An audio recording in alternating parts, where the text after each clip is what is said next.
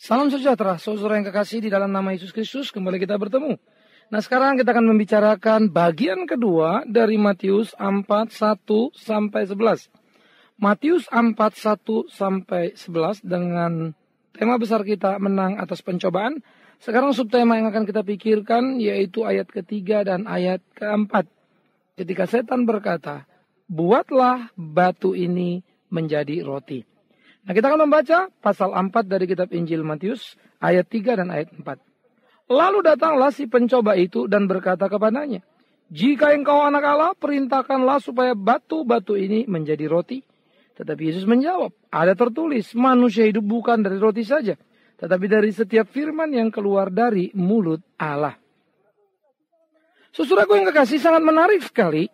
Kondisi Yesus pada waktu itu adalah satu kondisi yang sangat tepat untuk digoda, suatu kondisi yang sangat tepat untuk ditawarkan. Artinya yang ingin saya katakan adalah, iblis datang selalu tepat pada waktu di mana kita ditawarkan sesuatu yang memang sangat kita butuhkan. Perhatikan, Yesus lapar setelah berpuasa 40 hari dan 40 malam. Yesus lapar karena memang sudah puasa dan itu wajar. Yesus lapar, itulah kondisinya. Dan itulah kenyataannya. Jadi, Yesus jelas lapar dan butuh makanan. Orang lapar membutuhkan makanan sehingga makanan yang ditawarkan sungguh simpatik menjadi sebuah solusi atau jalan keluar yang sangat menarik. Bukankah begitu, saudara? Oleh karena itu, dalam kondisi lapar, ketika orang menawarkan makanan, pasti dia sahabat yang akan kita respon dengan baik. Waktu kita lapar, orang menawarkan makanan, maka kita akan menganggap dialah malaikat yang sejati yang dikirim Tuhan untuk menolong kita.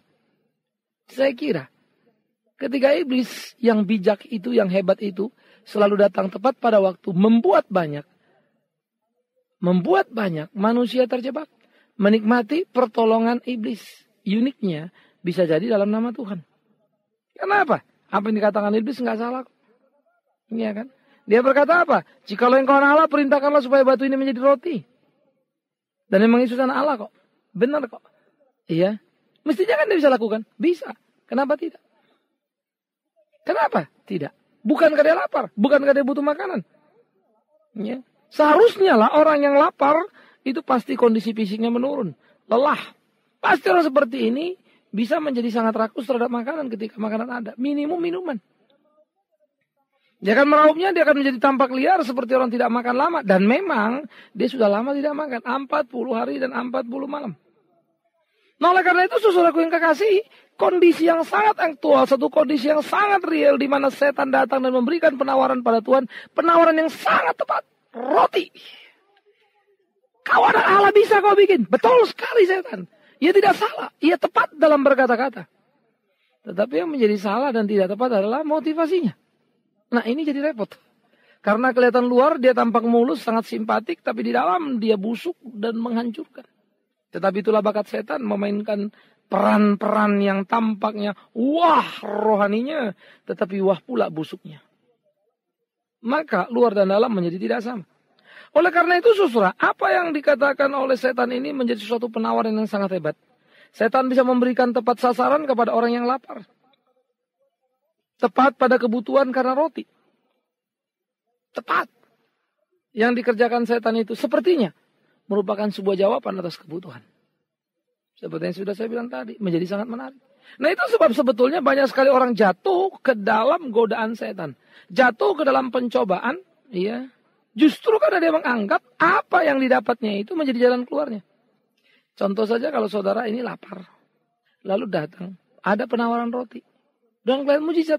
Karena kan Tuhan Yesus bisa bikin batu jadi roti kan. Mujizat dong. Jadi roti. Saudara makan kan. Maka saudara akan berkata, wah ini mujizat luar biasa. Lalu saudara makan. Tapi saudara lupa bahwa saudara sudah melakukan apa yang dikehendaki setan. Bukan apa yang dikehendaki Tuhan. Saudara lupa bahwa saudara sebetulnya sudah mengabaikan ketetapan Tuhan. Melakukan kehendak setan. Lalu saudara bilang, Pak kok ngeri banget. Jadi gimana dong kita tahu bahwa ini kehendak Tuhan atau kehendak setan? Dengarkan kalimatku. Kalau itu kehendak Tuhan dalam hidupmu, pasti ada perubahan radikal yang terjadi. Ketenangan dan damai sejahtera. Kalau itu kehendak Tuhan dalam hidupmu, pasti dia akan mengajarkanmu bukan hanya melulu hal-hal lahiriah dan jasmania. Dia akan mengajarkanmu hal-hal yang rohania. Maka segala apapun yang berbau penawaran hanya jasmania, berpikirlah baik-baik. Apa iya itu Tuhan mau? Pikir baik-baik. Ya Tuhan bukan tidak mampu. Yesus bukan tidak mampu bikin batu jadi roti. Mampu. Tapi dia nggak lakukan tuh. Nggak petantang-petenteng demonstrasi mujizat dan seterusnya. Hati-hati saudara-saudara. Ini Yesus. Yesus bukan sus ya. Kalau sus banyak sih memang begitu. Sus A, sus B, sus C begitu ya. Ini Yesus. Tuhan kita yang hidup itu. Allah yang ajaib itu. Wow, luar biasa sekali. Dia bisa melakukan tetapi tidak melakukan. Padahal dia membutuhkan roti. Bukan tidak. Dia lapar.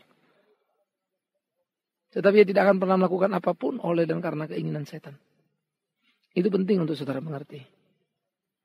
Yesus bisa membangkitkan orang mati. Bukan hanya roti.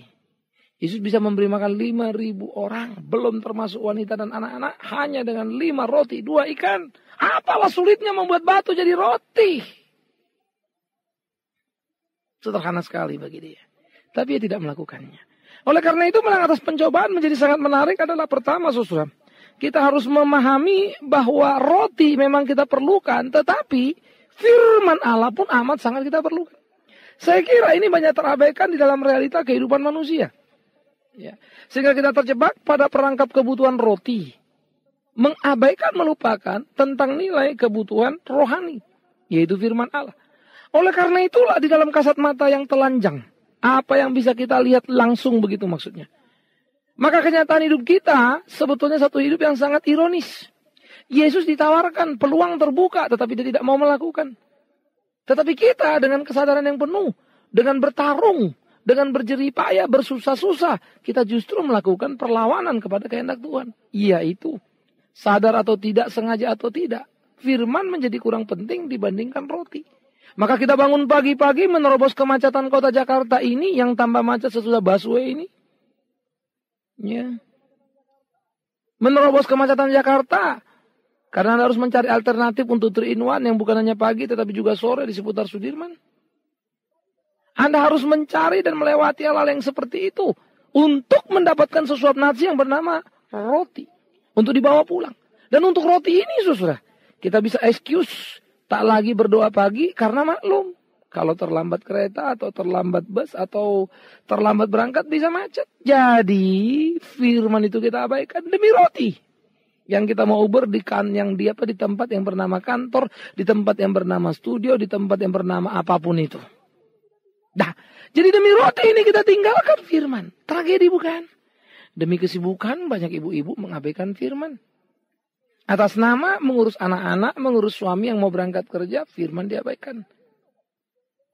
Siang-siang dong. Oh, siang-siang kan harus ikut arisan. Sore-sore dong. Lah sore kan suami udah kembali lagi, Pak. Malam dong. Ya nemenin anak belajar. Jadi, ya gak ada waktu.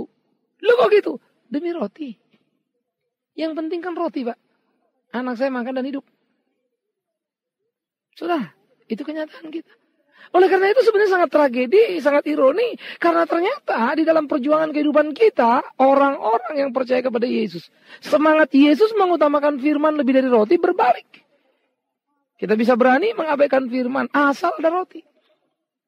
Asal mendapatkan roti. Ini menjadi kesalahan pertama di tengah-tengah kehidupan kita. Membuat kita menjadi rapuh. Sehingga mudah dihantam oleh si setan dalam berbagai pencobaan yang datang. Sehingga kita seperti pecundang dan tidak pernah menang. Nah, oleh karena itu saudaraku kekasih, ini menjadi bagian penting untuk kita pikirkan bersama-sama. Sekali lagi bersama-sama kita pikirkan. Bagaimana mungkin kita mengabaikan firman demi roti? Karena itu belajarlah untuk memperhatikan baik-baik. Bagaimana mengubah sikap hidup kita untuk memuliakan nama Tuhan kita. Jikalau tidak demikian, maka tidak ada nilainya hidup ini. Kita melihat bagaimana Kristus menjawab daripada godaan setan itu apa dia katakan. Ya. Manusia hidup bukan hanya dari roti tapi dari firman Allah. Penaklukan kepada firman Allah ini bukan berarti Yesus anti roti. Tidak. Yesus tidak anti roti. Karena dia juga makan. Yesus tidak anti roti. Karena roti juga yang diberikannya kepada 5.000 orang. Ketika dia membuat 5 roti, 2 ikan cukup untuk 5.000 orang. Hebat. Belum termasuk perempuan dan anak-anak. Jadi Yesus waktu menaklukkan diri pada firman Allah bukan berarti anti kepada roti. Saudara juga jangan salah paham. Saudara juga jangan bilang, mulai besok aku berhenti kerja sajalah. Aku gak mau kerja-kerja. Yang penting firman Allah. Anda kepada rumah tangga yang bertanggung jawab atas rumah tangga, bertanggung jawab atas istri dan anak-anak. Bisa ngomong gitu kan gawat. Saya bisa mengatakan, bisa menjamin, bisa mendekati, pasti orang itu frustrasi di dunia kerjanya. Lalu dengan alasan itu semua dia lepas. Tapi kalau original utuh, siapa yang mau melepas? Oleh karena itu saudara, kecuali oleh karena dan apabila Tuhan berkenan, menyatakan cinta, kasih, dan kekuatan, barulah kita kuat melakukan. Tanpa pertolongan Tuhan, kita bukan apa-apa. Jadi penaklukan pada firman Allah memerlukan semacam exercise, pelatihan terus-menerus dari hal-hal yang kecil. Ya, biasakanlah. Jadi disiplin dalam saat teduh saudara menjadi bekal awal untuk menumbuhkan iman percaya, membuat kita kuat atas pencobaan, bahkan memenangkan. Sehingga kita tidak terjatuh, tersungkur, merengek, berteriak-teriak, padahal kelemahan, kesakitan, kepahitan yang muncul adalah ulah kita yang mengabaikan firman Allah demi roti. Yesus memang tidak anti pada roti, tapi roti bukan menjadi segala-galanya, bahkan termasuk dalam masa-masa kelaparan yang luar biasa. Oleh karena itu, penaklukan pada firman Allah sebetulnya adalah bagaimana orang dengan jitu meletakkan dirinya, posisinya pada tempat yang seharusnya. Kita kan sebagai anak Tuhan, laskarnya Tuhan, kan sudah pada tempatnya kita tunduk pada kehendak Tuhan. Kan begitu nah? Maka sudah pada tempatnya kita mengutamakan Tuhan. Kita kan bukan anak roti.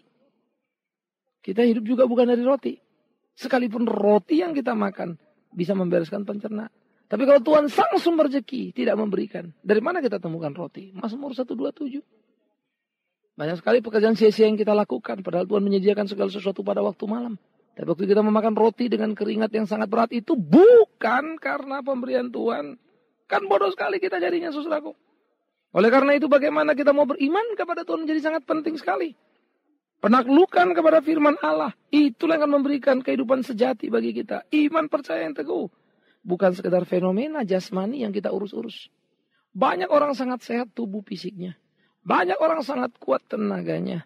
Banyak orang sangat luar biasa penampilannya. Tetapi miskin dan busuk hatinya. Miskin dan busuk imannya. Kan menyedihkan sekali. Dan oleh karena itu, hal-hal seperti ini perlu untuk kita kerjakan betul-betul di tengah kehidupan kita. Untuk menemukan kesejatian makna.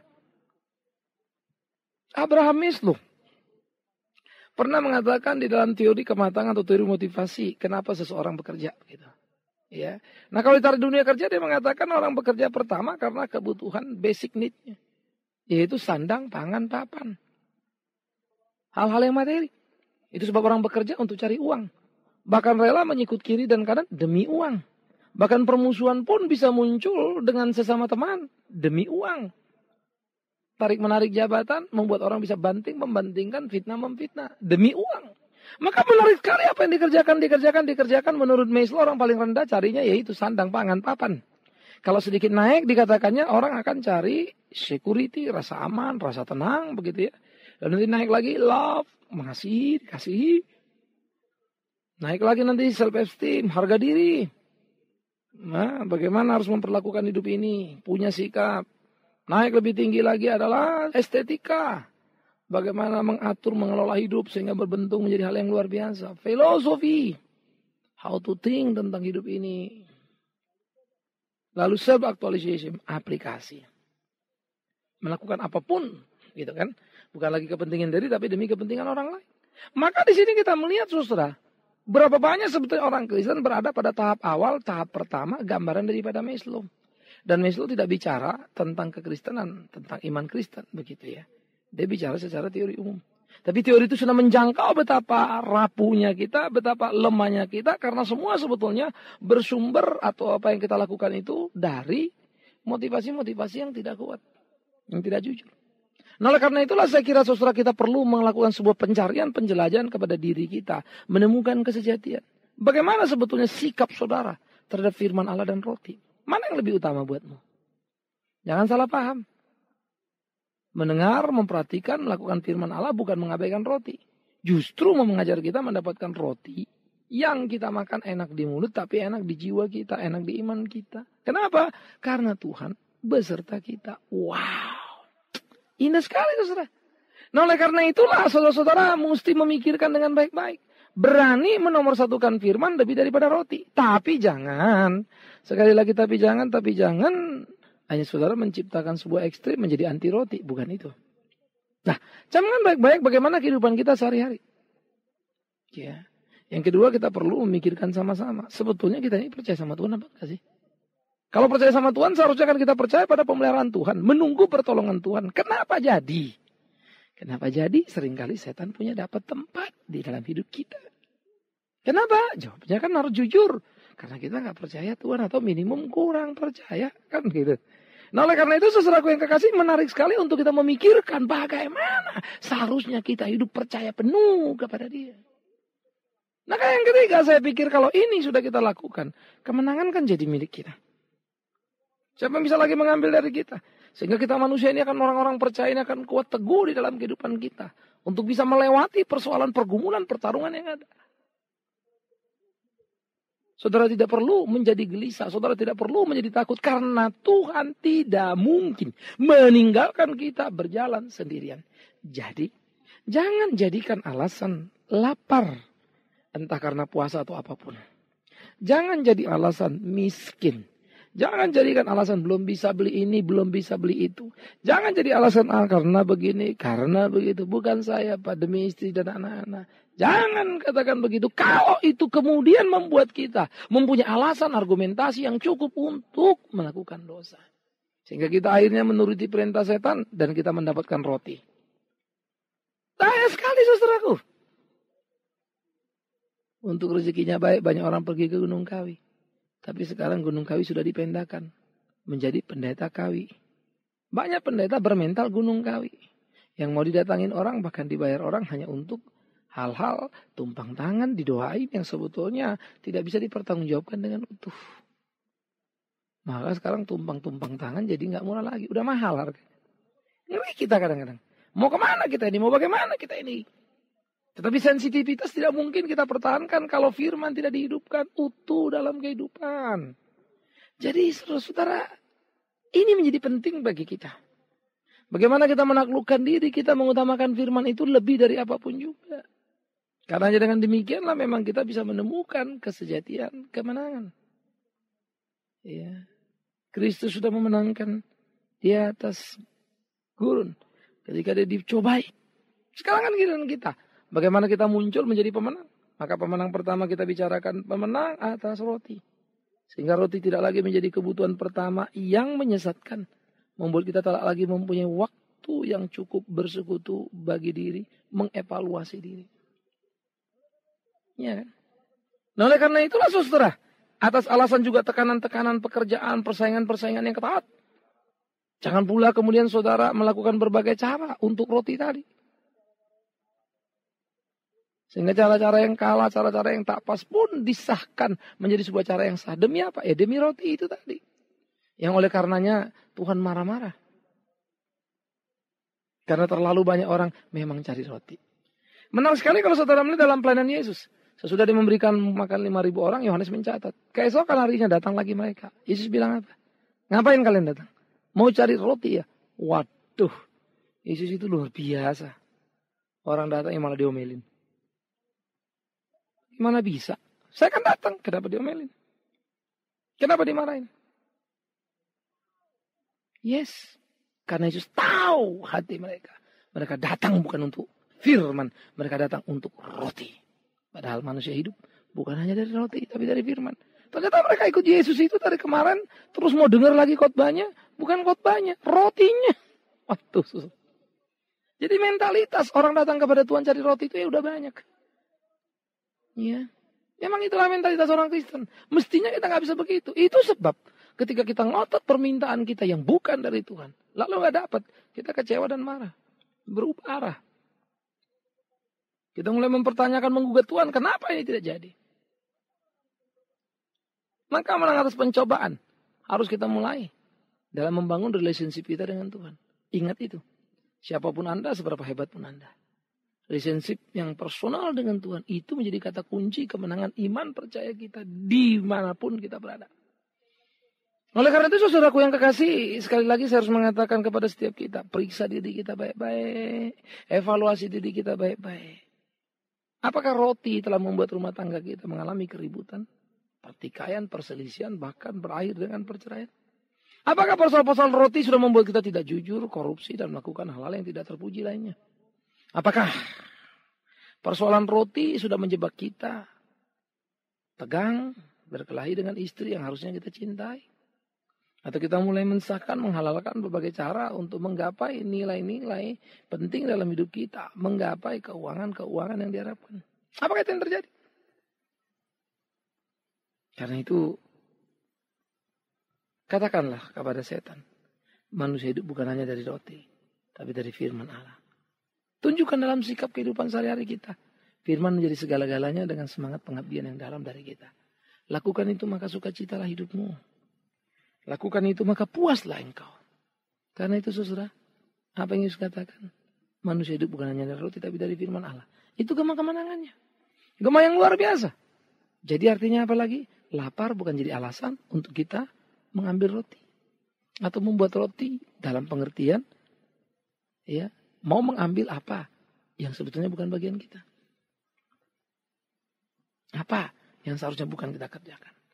Nah, yang perlu kita kerjakan apa? Justru bagaimana kita memberikan roti hidup, yaitu firman Allah. Tapi tolong awas jangan salah ngerti. Lalu saudara suka-suka bagi ayat Alkitab sama orang, tapi pelit bagi-bagi uang. Bahaya kan? Enggak lah, yang penting kan bukan rotinya, tapi firmannya. Jangan gitu atuh. Jangan ngumpet-ngumpet. Atau memanfaatkan Alkitab. Hanya saya ingin mengatakan satu hal. Saudara yang sudah lama tidak mencintai Alkitabmu, kembali baca baik-baik. Saudara yang ogah-ogahan mendengar seluruh pemberitaan firman Tuhan, dengar baik-baik. Biarlah di situ kita dikuatkan, diteguhkan, dibangunkan. Maka temukanlah kesejatian. Menang atas pencobaan. Berarti berani melakukan penolakan atas roti demi Tuhan yang hidup. Kiranya Tuhan menolong kita, Tuhan memimpin kita, Tuhan memberkati kita. Amin. Kita berdoa. Kami bersyukur untuk apa yang bisa kami pikirkan, kami renungkan di tengah-tengah pergumulan pekerjaan kami yang masih banyak yang harus kami kerjakan. Tuhan tolonglah. Mampukan kami untuk bisa memahami kehendak-Mu, melakukan apa yang Kau mau supaya hidup kami seperti ketetapan-ketetapan-Mu. Di dalamnya nama Tuhan dipermuliakan. Terima kasih Bapa. Di dalam nama Yesus Kristus Tuhan kami hidup, kami ucap syukur dan berdoa. Amin.